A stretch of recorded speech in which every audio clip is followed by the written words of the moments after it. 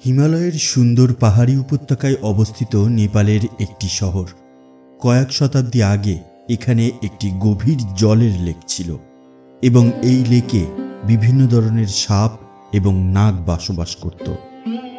এই শহরটি সপ্তম ইউনেস্কো ওয়ার্ল্ড হেরিটেজ সাইট, তন্ত্রবিদ্যা এবং উন্মুক্ত বৃহত্তম শ্মশান আর শুধুমাত্র ভগবান শিবের সম্মানে এখানে নির্মিত পশুপতিনাথ মন্দিরের জন্য বিখ্যাত। শহরের প্রতিটি অংশে লুকিয়ে আছে এমন গোপন রহস্য যা সম্পর্কে খুব কম লোকই জানেন। 2015 সালের এপ্রিলে একটি বিপজ্জনক ভূমিকম্পের ফলে সম্পূর্ণ কাঠমান্ডু শহর কেঁপে ওঠে। দেখতে দেখতেই শহরের সব ঘরবাড়ি এবং দোকানপাট ধ্বংসস্তূপে পরিণত হয়, আর এই ধ্বংসস্তূপের নিচে প্রায় 9,000 মানুষ চাপা পড়ে প্রাণ হারান। কিন্তু এত কিছুর পরেও একটি জায়গা ছিল যাকে এই বিপজ্জনক ভূমিকম্প কোনোভাবেই নষ্ট করতে পারেনি। কাঠমান্ডুতে বাগমতী নদীর তীরে একটি বিশাল ভব্য মন্দির অবস্থিত আছে, যেখানে আপনি একসাথে প্রায় 100টি শিবলিঙ্গ দেখতে পাবেন। এটি হল ভগবান শিবের সম্মানে নির্মিত পশুপতিনাথ মন্দির। এই মন্দির এবং এখানকার শিবলিঙ্গের সাথে জড়িত বিভিন্ন কাহিনী রয়েছে। নেপাল মাহাত্ম্য গ্রন্থের একটি কাহিনী অনুসারে পশুপতিনাথ মন্দিরে অবস্থিত শিবলিঙ্গটি স্বয়ম্ভু অর্থাৎ যিনি নিজে থেকেই আবির্ভূত হয়েছেন, এবং তারপর থেকে কাঠমান্ডুকে ভগবান শিবের দেশ বলে ডাকা হতে থাকে। এই কাহিনী অনুসারে একদিন ভগবান শিব যখন তার নিজের ধাম ছেড়ে পৃথিবীতে আসেন, তখন তিনি কাঠমান্ডুর বাগমতী নদীর তীরে যান এবং এখানকার সৌন্দর্যে মুগ্ধ হয়ে তিনি সেখানেই কিছুক্ষণ থাকার সিদ্ধান্ত নেন। যখন দীর্ঘ সময় ধরে ভগবান শিব তার ধামে ফিরলেন না, তখন সমস্ত দেবতারা ভীষণ চিন্তিত হতে লাগলেন। ভগবান বিষ্ণু তার ঐশ্বরিক শক্তি দিয়ে দেখলেন যে ভগবান শিব বাগমতী নদীর তীরে একটি হরিণের রূপ ধারণ করে বিশ্রাম নিচ্ছেন। এরপর ভগবান বিষ্ণু স্বয়ং ভগবান শিবকে নিজের সঙ্গে নিয়ে যাওয়ার জন্য পৃথিবীতে আসলেন। কিন্তু যখনই হরিণের রূপ ধারণ করা ভোলানাথ ভগবান বিষ্ণুকে সেখানে আসতে দেখলেন, তখনই তিনি এখানে ওখানে ছুটতে শুরু করলেন এবং তাকে থামানোর প্রয়াস করার সময় ভগবান বিষ্ণু সেই হরিণের শিং ধরে ফেললেন। কিন্তু তাকে ছোঁয়ার সঙ্গে সঙ্গেই সেই হরিণের শিং ভেঙে গেল আর ধরিত্রীতে পড়ে গেল। এরপর ভগবান শিব তার আসল রূপ ধারণ করেন এবং তার আবাস কৈলাসে ফিরে যান। কথিত আছে যে শিংয়ের টুকরোটি যে স্থানে পড়েছিল, কিছু সময় পরে সেখানেই একটি শিবলিঙ্গ প্রকট হয় এবং আজ এই শিবলিঙ্গ, যাকে মুখলিঙ্গ বলা হয়ে থাকে, সেটাই পশুপতিনাথ মন্দিরের সবচেয়ে বড় আকর্ষণ। এটা বিশ্বাস করা হয় যে এই শিবলিঙ্গের 4টি মুখ রয়েছে, যা ভগবান শিবের 4টি ভিন্ন রূপের প্রতিনিধিত্ব করে। তবে কিছু পুরনো তান্ত্রিক শাস্ত্র অনুসারে এই শিবলিঙ্গের একটি পঞ্চম মুখও রয়েছে, যা তন্ত্রবিদ্যার সাথে সম্পর্কিত। এই মুখটিকে কালাগ্নি রুদ্র বলা হয়ে থাকে। কথিত আছে যে এই মুখটি যৌন মিলনের মতো বিষয়গুলিকে প্রতিনিধিত্ব করে এবং শুধুমাত্র তান্ত্রিক বিদ্যা জানেন এমন ঋষিরাই এই মুখটিকে দেখতে পান। বন্ধু, অদ্ভুত অথচ বাস্তবের আরও একটা নতুন এপিসোডে আপনাকে জানাই স্বাগতম। আপনাদের জানিয়ে রাখি যে একজন সনাতনী হিন্দু ধর্মাবলম্বী হিসেবে আমি আমার এই চ্যানেলে হিন্দু ধর্মের বিভিন্ন কাহিনী এবং হিন্দু ধর্মের বিভিন্ন রহস্যময় স্থান আর মন্দিরের বিষয়ে বিভিন্ন ভিডিও আপনাদের সামনে তুলে ধরার চেষ্টা করি। যদি আপনিও সনাতনী হিন্দু সংস্কৃতির আরও প্রচার এবং প্রসার চান, তাহলে অবশ্যই আমাদের ভিডিওগুলোকে একটা লাইক এবং কমেন্টস করবেন। আর যদি আপনার মনে হয় যে আমাদের ভিডিওগুলো সত্যিই মানুষের মধ্যে আরও প্রচার হওয়ার প্রয়োজন আছে, তাহলে অবশ্যই ভিডিওগুলোকে আপনার পরিচিত মানুষদের মধ্যে শেয়ার করুন। আর বেশি কথা বলবো না, তাহলে ফিরে যাই আমাদের প্রধান ভিডিওতে। 2015 সালে যখন কাঠমান্ডুতে সেই বিপজ্জনক ভূমিকম্প হয়েছিল, তখন পশুপতিনাথ ছাড়াও আরও একটি জায়গা ছিল যা একেবারে নিরাপদ ছিল। এখানকার কুমারী ঘর, যেটা এমন একটি প্রাসাদ যেখানে একজন জীবন্ত দেবী মা থাকেন, কাঠমান্ডুর কুমারী দেবী। এমন একজন বাচ্চা যাকে রাতারাতি একটি সাধারণ জীবন থেকে তুলে এনে দেবীর স্থান দেওয়া হয়।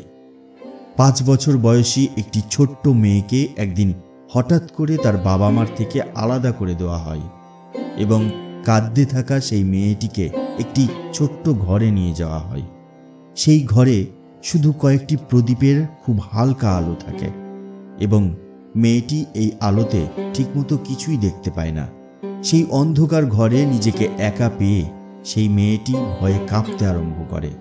ঠিক তখনই সে নিজের সামনে একজন পুরোহিতকে দাঁড়িয়ে থাকতে দেখে, যে চোখ বন্ধ করে কিছু মন্ত্র উচ্চারণ করতে থাকে। সে তখন সেই পুরোহিতকে কিছু জিজ্ঞাসা করার আগেই হঠাৎ সে তার শরীরে একটা অন্যরকম শক্তি অনুভব করতে আরম্ভ করে এবং তখনই তার মধ্যেকার সমস্ত ভয় দূর হয়ে যায়। তার মনে হতে থাকে যেন তার ভেতরে একসঙ্গে অনেক শক্তি চলে এসেছে। সে বলে ওঠে, কি হচ্ছে আমার সঙ্গে? হঠাৎ আমার কেন মনে হলো আমি খুব ক্ষমতাবান হয়ে গেছি?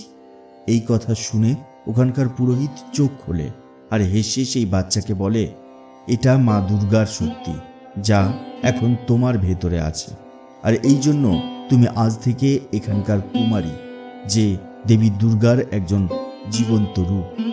কুমারী ঘরের এই ঐতিহ্য কাঠমান্ডুতে শতাব্দীর পর শতাব্দী ধরে চলে আসছে, যেখানে শাক্যবর্ণের একটি মেয়েকে বেছে নেওয়া হয় আর তার অত্যাশ্চর্য চেহারা এবং মন্ত্র সাধনার সাহায্যে তাকে কুমারী দেবী তৈরি করা হয়। লোকেরা বিশ্বাস করে যে এই প্রথাটি মাল্য রাজবংশের একজন রাজা শুরু করেছিলেন, যিনি বলেছিলেন যে মা দুর্গা স্বয়ং তার স্বপ্নে আবির্ভূত হয়ে তাকে এই প্রথা শুরু করার নির্দেশ দিয়েছিলেন। এই প্রথার একটি ঐতিহ্য রয়েছে, যে ঐতিহ্য অনুসারে এখানকার কুমারী কেবলমাত্র বয়ঃসন্ধিকাল শুরু হওয়া পর্যন্তই এখানে থাকতে পারে। তারপরে একজন নতুন কুমারীকে বেছে নেওয়ার সময় আসে আর আগের কুমারী স্বাভাবিক জীবনে ফিরে আসে।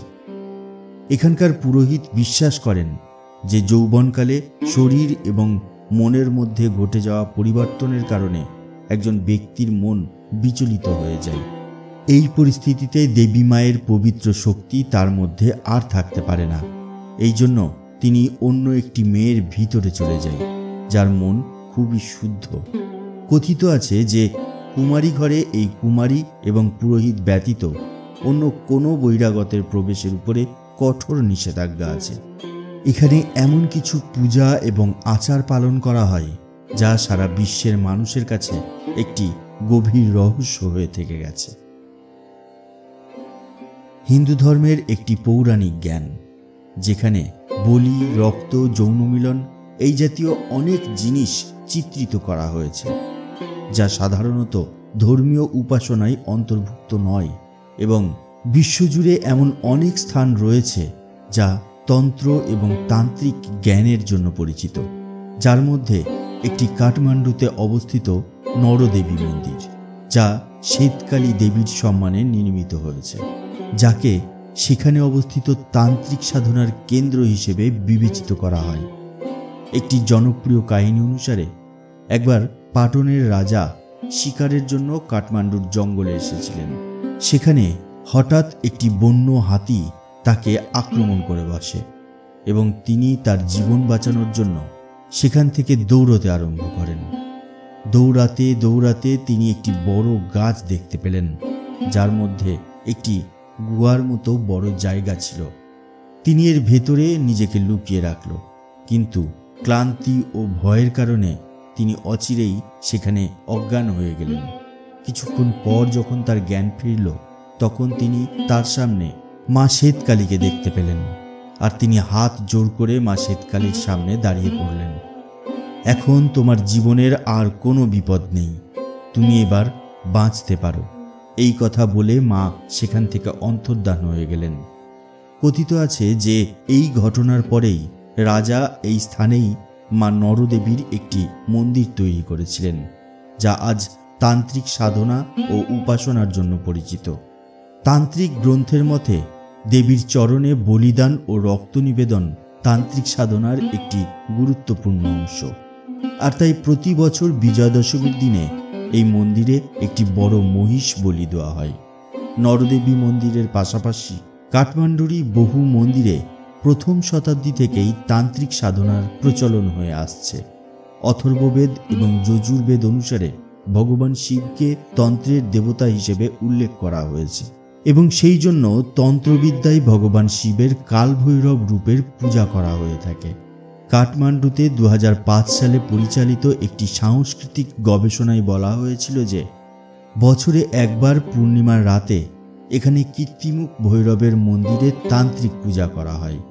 এতে 5টি বড় প্রাণী অর্থাৎ 5টি ভিন্ন ভিন্ন প্রাণীকে বলি দিয়ে কীর্তিমুখ ভৈরবকে নিবেদন করা হয়। কীর্তিমুখ ভৈরব হল কালভৈরবের সবচেয়ে বিপজ্জনক রূপ এবং এই 5টি বলির প্রথা কীর্তিমুখ ভৈরবকে প্রসন্ন করার জন্যই করা হয়ে থাকে। মুক্তি পরিত্রাণ অর্থাৎ মৃত্যু ও পুনর্জন্ম থেকে মুক্তি পেয়ে মোক্ষ লাভ এবং এই আকাঙ্ক্ষা নিয়ে মানুষ কাঠমান্ডুর পশুপতিনাথ মন্দিরেও আসেন। কিন্তু এখানে আসার পর ভক্তরা জীবনের এমন এক সত্যের মুখোমুখি হন যে তা দেখে তাদের গায়ের লোম খাড়া হয়ে যায়। কারণ একদিকে যখন মন্দিরে পুজো পাঠ আর ভজন গাওয়া হতে থাকে, তখন অন্যদিকে খোলা স্থানে চিতা জ্বলতে থাকে। কাঠমান্ডুর পশুপতিনাথ মন্দিরের একটি অংশকে শ্মশান হিসেবে ব্যবহার করা হয়। অ্যাম্বুলেন্সে করে মৃতদেহকে সোজা এখানকার আর্য ঘাটে নিয়ে আসা হয়। সেই মৃতদেহকে জমকালো কাপড়ে মুড়ে তারপর তাকে বাগমতী নদীর তীরে নিয়ে যাওয়ার পর নদীর পবিত্র জলে তার পা ধুয়ে ফেলা হয়। এরপর মৃতদেহকে শুইয়ে শেষকৃত্যের জন্য নিয়ে যাওয়া হয়, যা সম্পূর্ণ উন্মুক্ত স্থানেই হয়ে থাকে এবং বলা হয় আর্যঘাটে যার অন্তিম সংস্কার হবে তার আত্মা কর্মের চক্র থেকে মুক্ত হয়ে মুক্তির পথে যাত্রা শুরু করবে। যদিও কাঠমান্ডু শহরের সাথে অনেক কাহিনী এবং অজানা রহস্য ছড়িয়ে আছে, তবে এই শহরটি নেপালের দুটি প্রধান ধর্ম হিন্দু এবং বৌদ্ধ ধর্মের সাথে সম্পর্কিত সাংস্কৃতিক স্থানগুলির জন্য পরিচিত এবং পশুপতিনাথের রূপে এখানে ভগবান শিবের উপস্থিতির কারণে এটি ভগবান শিবের পবিত্র স্থানগুলির মধ্যে একটি হিসেবে বিবেচিত হয় এবং এটি একটি সত্যিই পবিত্র স্থান। আজকের ভিডিও ব্যাস এই পর্যন্তই। আমাদের আজকের ভিডিও আপনার কেমন লাগলো সেটা নিচের কমেন্ট বক্সে কমেন্টস করে জানিয়ে দিন। আর আমাদের ভিডিও যদি আপনার ভালো লেগে থাকে তাহলে একটা লাইক করুন আর শেয়ার করে ছড়িয়ে দিন সবার মধ্যে। তাহলে দেখা হবে পরবর্তী ভিডিওতে। তার আগে অবশ্যই ভালো থাকবেন, সুস্থ থাকবেন। ধন্যবাদ।